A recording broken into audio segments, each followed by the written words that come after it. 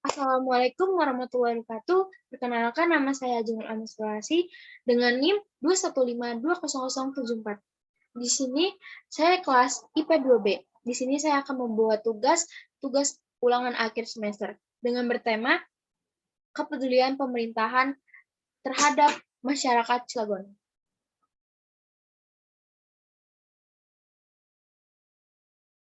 Dalam kepedulian pemerintahan terhadap masyarakat Cilegon ini, saya mengambil salah satu kasus, yaitu jalan yang rusak. Dan kasus yang saya bawa ini untuk pembahasan materi saya. Jalan yang rusak tersebut adalah Jalan Lingkar Selatan atau yang disebut JLS.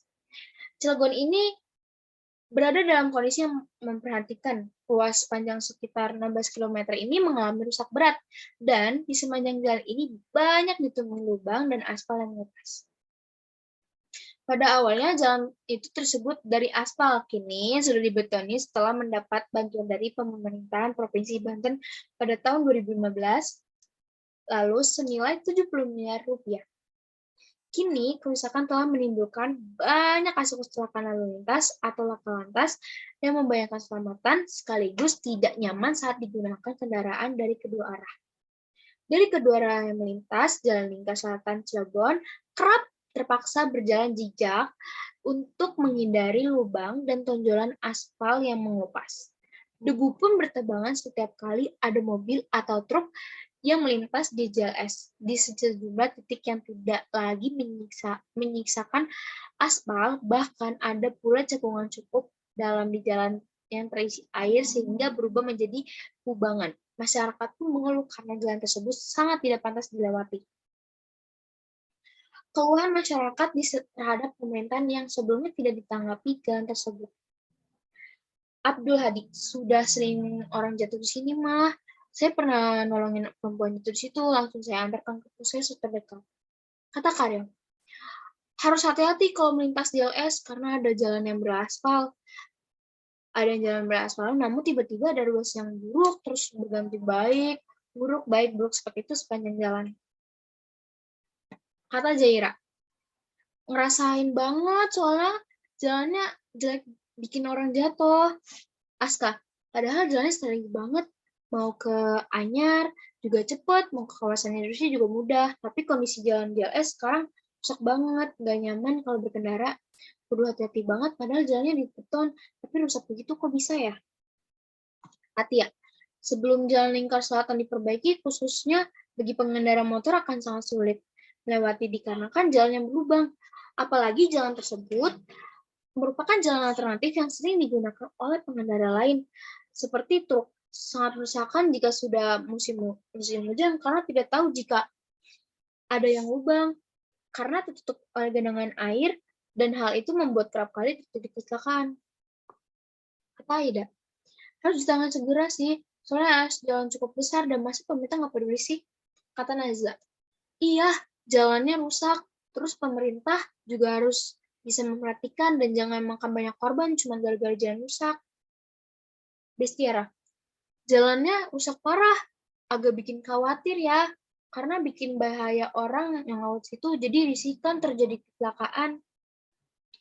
Dan pernah salah satu, saya di sini ada keluhan perihal tentang rusak jalan lingkar. Ini terjadi dirasakan oleh teman SMA saya yang bernama Mikael Aramji, dan kebetulan teman saya ini hampir setiap hari melewati jalan ini karena teman saya ini selalu berpergian jalan yang bisa dilalui hanya Jalan Lingkar Selatan tersebut. Keluhan yang teman saya rasakan mungkin dapat dirasakan juga dengan pengguna jalan tersebut, dikarenakan Jalan Lingkar Selatan ini nih banyak retakan yang cukup parah, sehingga membutuhkan sebuah lubang dan tidak tanggung-tanggung memakan korban, seperti tergelincirnya karena efek mengerem mendadak. Sebenarnya ada lubang, rusak kendaraan seperti bemper mobil, per kendaraan, dan lain-lain sebagainya. Dan jalan lingkar ini juga adalah jalan alternatif utama ke pusat daerah wisata yang berada di Banten, yang menuju daerah pesisir pantai yang berada di daerah Anyer. Karena hal ini seharusnya pemerintah lebih memperhatikan kondisi jalan lingkar selatan ini sebelum bertambahnya korban lainnya. Apakah pemerintah sudah mendengar keluhan masyarakat yang merusakkan jalan tersebut? Sudah atau belum ya? Coba kita lihat slide selanjutnya. Ya, sudah, karena Wali Kota Cilegon mengatakan pihaknya sudah menyampaikan aspirasi kepada pemerintah pusat. Pak Warpers Bodiono juga sudah meninjaukan kondisi jalan, baik Cilegon Pasuruan menuju maupun di sini JLS. Kami berharap Pak Wapres dan Menteri terkait dapat ikut mengenai perbaikan jalan ini secara cepat. Lalu penanganannya harus cepat dilaksanakan karena ruas jalan tersebut melakukan infrastruktur penunjangan untuk industri dan pariwisata di wilayah ini. Di sisi lain, kemampuan APBD Cilegon hanya dapat membuka jalan dengan kapasitas 8 ton. Saat ini tengah diupayakan penyelesaian untuk satu jalur dengan melibatkan partisipasi industri. Satu jalur lagi diharapkan akan mendapatkan bantuan dari APBD. Kerusakan jalan lingkar selatan ini tidak lepas dari beban yang ditanggung jalan ya. Kemampuan jalan didesain maksimal hanya 8 ton, tetapi tonase truk-truk yang lewat JLS ada yang melebihi kapasitas, dan jalan masih sangat tidak layak dipakai, memangku kepentingan perhotelan dan pariwisata di kawasan wisata Anyer pun selama ini masih belum berani merekomendasikan wisatawan Anyer melewati ruas tersebut sebagai jalur alternatif. Di sisi lain, jalur utama akses dari Jakarta menuju kawasan wisata Anyer, yakni lewat Ciwandan, juga sering macet. Hal ini karena belum nampungnya pengerjaan jalan di ruas berada antara Cilegon dan Anyer tersebut. Alhasil, jalur alternatifnya sering direkomendasi kepada para wisata menuju kawasan Anyer dan cerita adalah Jalan Tatakan Pasar Anyer. Dan pemerintah pun mengambil tindakan tersebut demi kenyamanan melintasi jalan alternatif menuju pariwisata dan kenyamanan masyarakat melewati jalan tersebut, dia tidak terjadi kecelakaan. Kenapa pemerintahan menanggapi cukup lama dan kenapa rusak? Kenapa pas rusak parah baru dilaksanakan? Kenapa ya? Nah, jadi Jalan Lingkar Selatan mempunyai proses anggaran yang dibilang cukup gede karena tidak hanya perbaiki jalan tetapi juga untuk perbaiki saluran air dan juga jembatan. Beberapa bulan lalu, Pemkot Cilegon telah mengalokasikan anggaran miliaran rupiah untuk perbaikan jalan sepanjang 15,8